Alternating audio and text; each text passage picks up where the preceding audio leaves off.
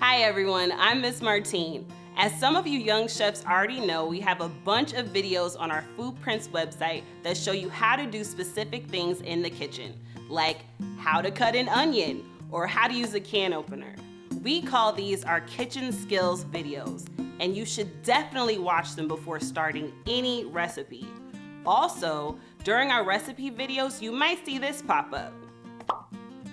This symbol is a reminder to watch the skills videos first, so that you know how to safely do whatever the teacher is doing on the screen.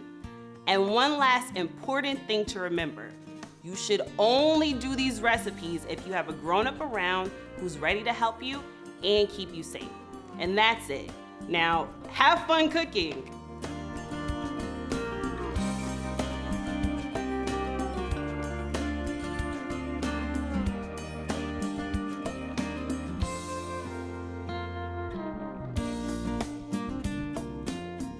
Hi friends, Miss Finneran here with another favorite recipe to share with you. My family loves to have muffins around for a quick and easy snack. And they're fun to make with children of all ages. When we make muffins at my house, we tend to make a lot at one time and put the extras into the freezer.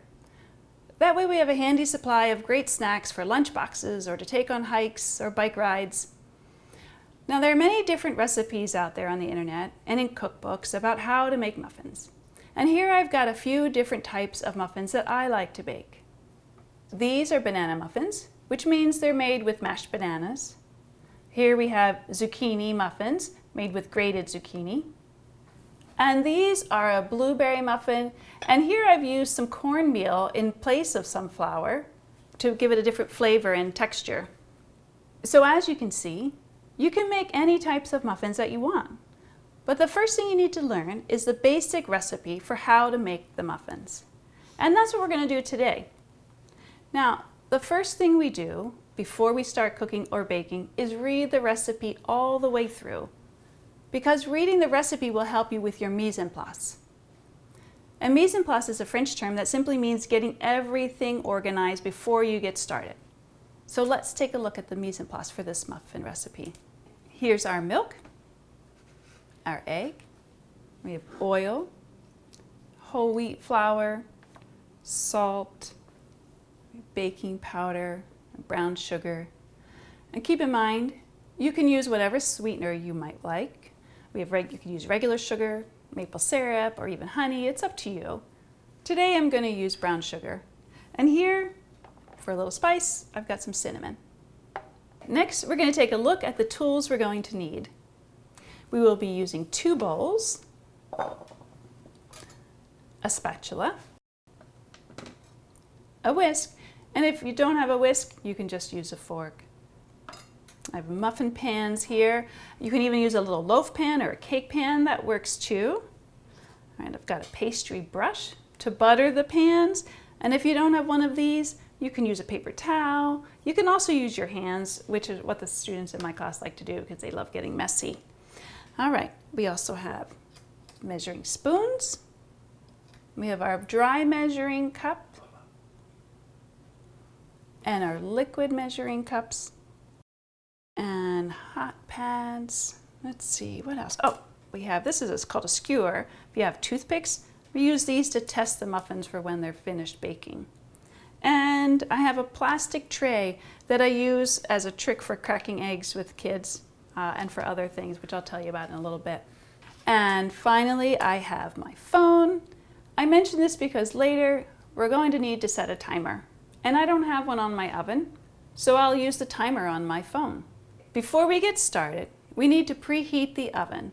And that means just getting the oven up to a nice hot temperature before we put the muffin batter in. So whenever we use the oven or a stove, you need a grown-up with you. So make sure your grown-up is with you, and we're going to set the temperature to 375. Now we will measure out the dry ingredients. And for this, we'll be using the bowl. So let me put this aside. So this tray here is handy because it's going to catch any flour. Let me show you. This is a great trick for measuring with little kids. So I'm going to take the flour. And I need 2 cups. So I'm going to spoon the flour into the measuring cup. And you don't want to pack it in because then that'll put too much flour for our recipe. And this tray is handy because you don't have to worry about it falling on the counter. Don't worry about being messy. So now I'm going to take the knife, and the kids really love this part because they get to be like a little bulldozer and push off the extra flour. So I have 1 level cup of flour. I'm going to take that and put it into the bowl. And since we need 2 cups, I'm going to do this one more time.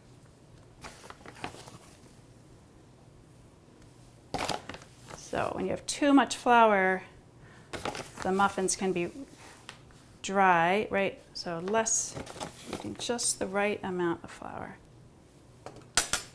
And do that. The kids really love that part, pushing off the excess. Okay, 2 cups of flour. Then I'm going to take this, look how handy that is. I can put it right back into my bag and not too messy. Okay. Now, I've got another little trick for you. When I'm adding the other dry ingredients into a bowl, I like to think of the bowl as a clock. And I'm going to put the different ingredients in different places of the clock. And in a minute, you'll see what I mean. So, I put my flour right in the middle of the clock. And then next, I'm going to measure out a 1/4 cup of brown sugar. Now, if you remembered, we measured the flour. I did not pack it in down tight because we'll end up with too much flour. It can just be the opposite with sugar. So, and I can even just scoop in. And I use the side of the bag to push it in to make sure it's a full 1/4 cup of sugar. And I use my hand to pull it out, and it comes out nice and level. And now I'm going to drop it into the bowl where I imagine the 12 o'clock would be, the 12 would be on my clock. So I'm going to go right here. Right, that might be 6 o'clock for you, but it's 12 o'clock for me. All right, next we'll measure out 3 teaspoons of baking powder. And we're going to do this the same way. I have my baking powder, I have my measuring spoons. And measuring spoons, sometimes they're printed on there, and mine are etched on there. It says 1 teaspoon. Okay? And I need to do this 3 times. And what's nice about the baking powder is you can get in there, and they have this little spot where you can slide it off. It's kind of the same thing I did with my butter knife with the flour, but I can do it right here. And now I'm going to put this at a different spot on my clock here. So I'm going to put this where it's 3 o'clock. That's 1, 2, 3. Now, the reason I am putting these in different places is that I don't forget what I've put in. And that happens when you have little kids coming in and interrupting you while you're baking. Sometimes I'll bake things and I forget and I don't want to do it twice, right? There'll be too much baking powder.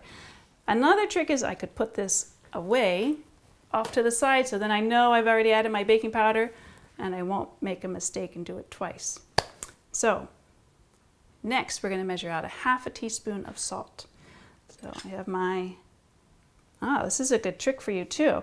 I don't have my 1/2 teaspoon measure today, but I have a 1/4 teaspoon. And so you didn't realize how much math you're going to be doing while you're baking, did you? So I'm going to use my 1/4 teaspoon.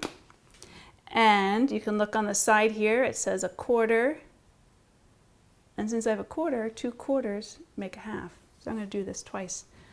And I'm not going to do it right over the bowl, because if I poured in too much salt, it would be impossible to get it out. And too much salt is never a good thing when you're baking.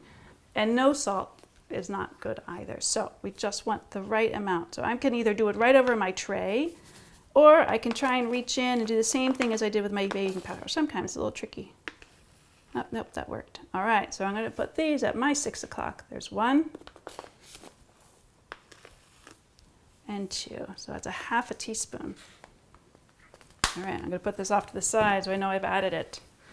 And I don't want to forget about a little bit of flavor. So I'm just doing a very basic muffin today, but I'm going to add some cinnamon. And I really like cinnamon, so I'm going to do 1 whole teaspoon of it. So I'm going to wipe off my spoon a little bit. And now I could use my finger. Smells so good. I can just use my finger to level it off as well. I'm going to put that at 9 o'clock. So now take a look at this clock, right? I have the flour in the center. My brown sugar is at 12 o'clock, or it's actually my 12 o'clock, right? Baking powder is at 3. The salt is at 6. And my spices of cinnamon is at 9. So they're all set. I remembered. I'm going to move my cinnamon over with my other things. But so everything is here. And the next thing to do is mixing them all together with a fork or a whisk so that all the powders are combined. Sometimes the baking powder, or if you use baking soda, can have little lumps in it. You don't want to bite into one of those. They taste awful. So mix it really well, and the kids love this part. And they can mix as much as they want. So you can use your whisk or a fork. The kids love this part. You just stir it up. And then with the brown sugar, just make sure that gets mixed in really well and no big lumps. Sometimes brown sugar can be chunky. The nice thing too is the kids can mix this as much as they want. It's not going to bother anything. That's very satisfying is their key word these days about getting to stir and mix. That's about it. And now I'm going to set this aside and we're going to get ready to do the wet ingredients. So I have a smaller bowl, my liquid measuring cup. Now, if you don't have a liquid measuring cup, that is totally fine. The reason I like to use it is that you can see on the sides all the different measurements. This is a 2-cup measure, so I'm only going to go halfway. And the kids in the class, we take turns or work in teams. So one friend is leaning over to look while the other friend is pouring, because it's called an optical illusion. If I'm watching it from here, it's not going to be the right amount. But when I come around to the front, it is, and down low. It's also important to have it on a flat surface, because if it's tilted, it's not going to be reading it accurately. The other thing is, if you only have these dry measuring cups at home, you can certainly use this. But obviously you would have to fill it all the way up to the top to have an exact 1 cup. And so then trying to move it can be a little bit tricky. All right, so let's go here. We're gonna get 1 cup. So I have to come over and lean and look while I'm doing it.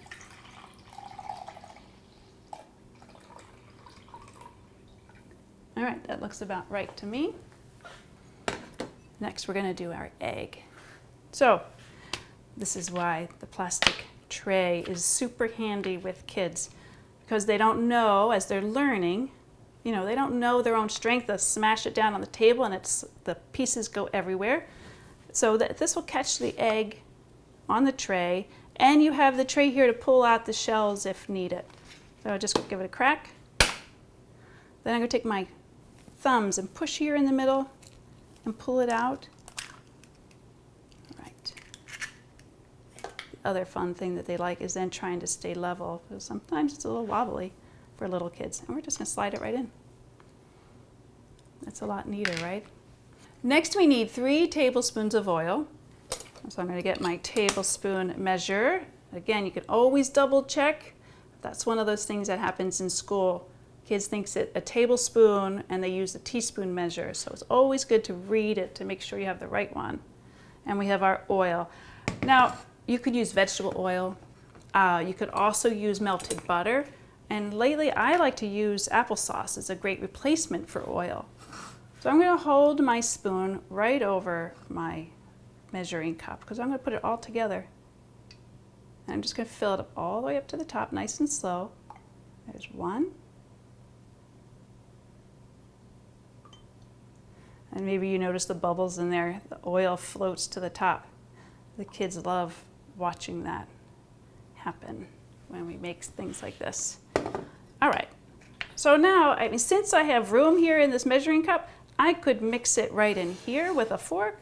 But I'm going to show you what it looks like when I pour it out. Looks kind of fun, huh?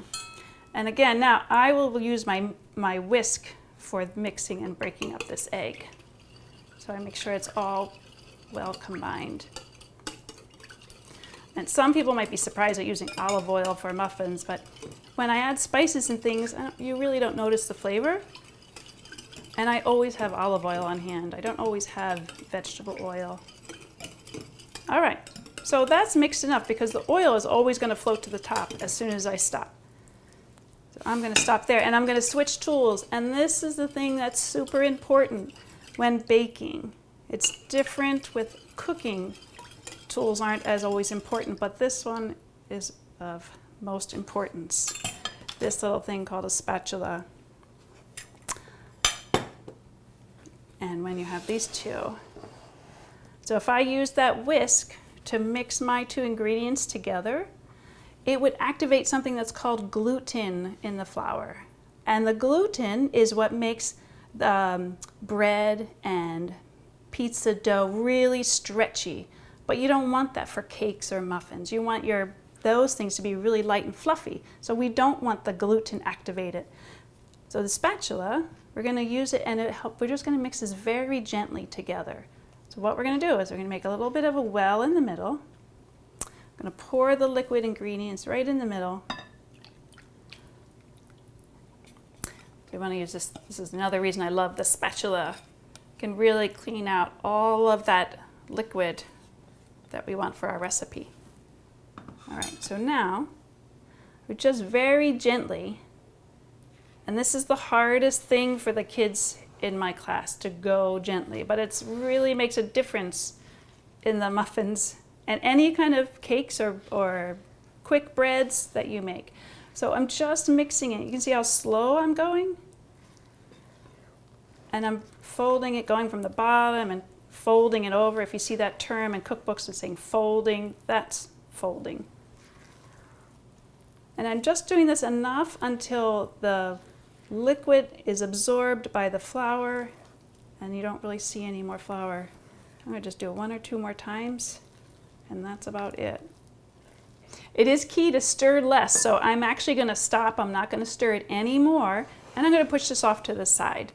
And now the next thing to do is to get our pans ready, but I need to make some workspace, clean up my workspace here. I'm going to push these over here by the sink so they're ready to be washed. And I'm going to bring my pan. All right, there are 2 different ways to prep the muffin pans before putting in our mix. You can either coat the pans with oil or butter, or you can use paper liners like these if you have them. Now, if you use the paper liners, you don't need any oil. You just put them in like this, and you put the mix right in on top.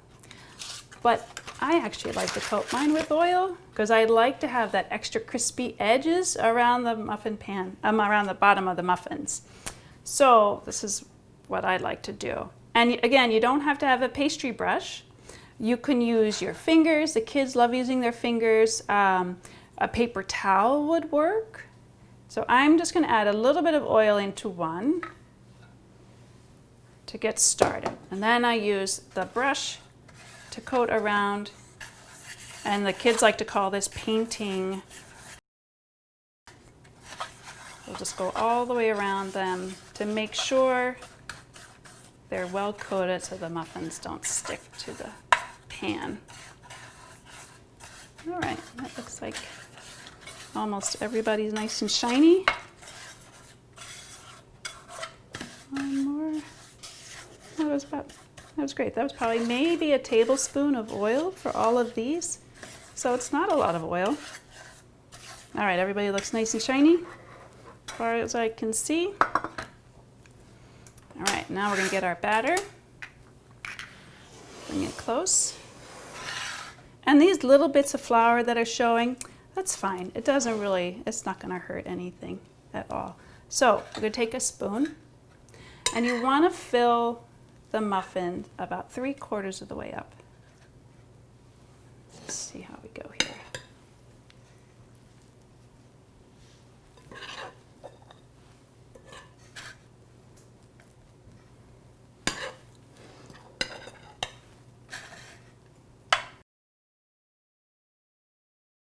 So I'm going to work my way here to getting everybody filled.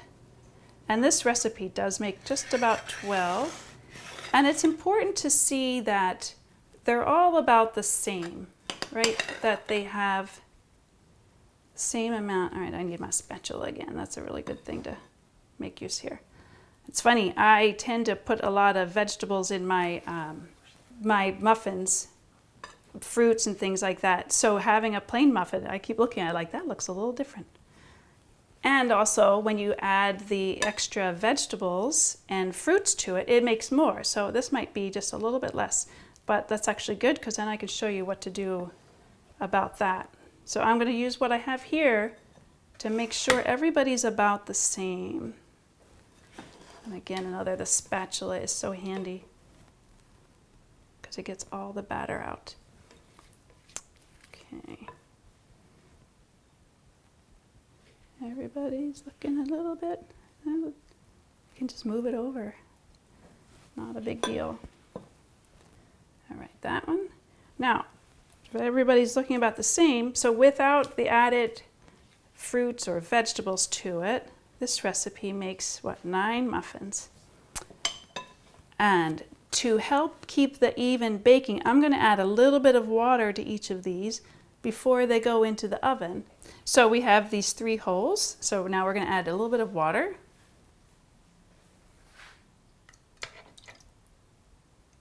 To help them bake evenly and that these ones on the ends won't burn. Okay, now once they're all filled, it's time to get baking. Now remember, earlier we preheated our oven, which means the oven is already very hot.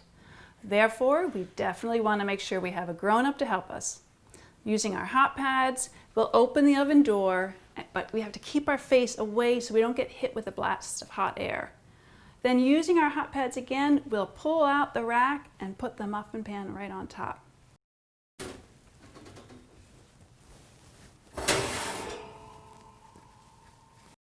All right, I put my muffins right there in the middle.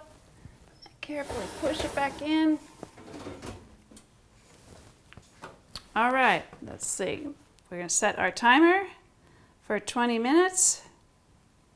I always need a reminder so I don't forget that things are going on in the oven. And I'm going to use this time now to clean up the area and be ready for when the muffins come out of the oven. And you can do this at home too. All right, as you can see, my area is all clean and our timer is almost done. So one other thing I want to show you is how I've prepared my counter. When I take the muffins out of the oven, I'm going to place them here on the counter to cool down, but they will be hot and I don't want to damage the countertop. So I've put down this towel. You'll want to do the same thing at home for your counter. And if you don't have an extra towel, you can always use your hot pads. That's your choice. Oh, there's our timer. So let's check on the muffins. And remember, when you're working with the oven, make sure you've got your hot pads and your grown-up to help. Okay, let's see how they look in here. Ooh, they look awesome. I'm gonna pull it out carefully. The oven's really hot. I'm gonna place them here on the counter and close up my oven. Wow, they smell delicious. Okay, one way to test if the muffins are done is to use the toothpick test. And if you don't have a toothpick at home, you can do this with a butter knife, or you could also use this as, it's called a skewer. And all you need to do is push it right into the center of one of the muffins. And then when you pull it out, you can see there might be a little bit of crumbs attached to it, and that's fine. If there was wet batter, that would tell you that you need to put the muffins back in the oven for a few more minutes. So we're almost there. We do have to wait 5 minutes before trying to remove them from the pan. And that's going to be really hard because they look and they smell really delicious. It's definitely snack time here. So that's it. Now you know how to make a basic muffin. And next time you can have fun adding whatever fruits or veggies or spices you would like for yours. Thanks so much for joining me today. And don't forget to check out our other recipe videos, and we'll see you next time.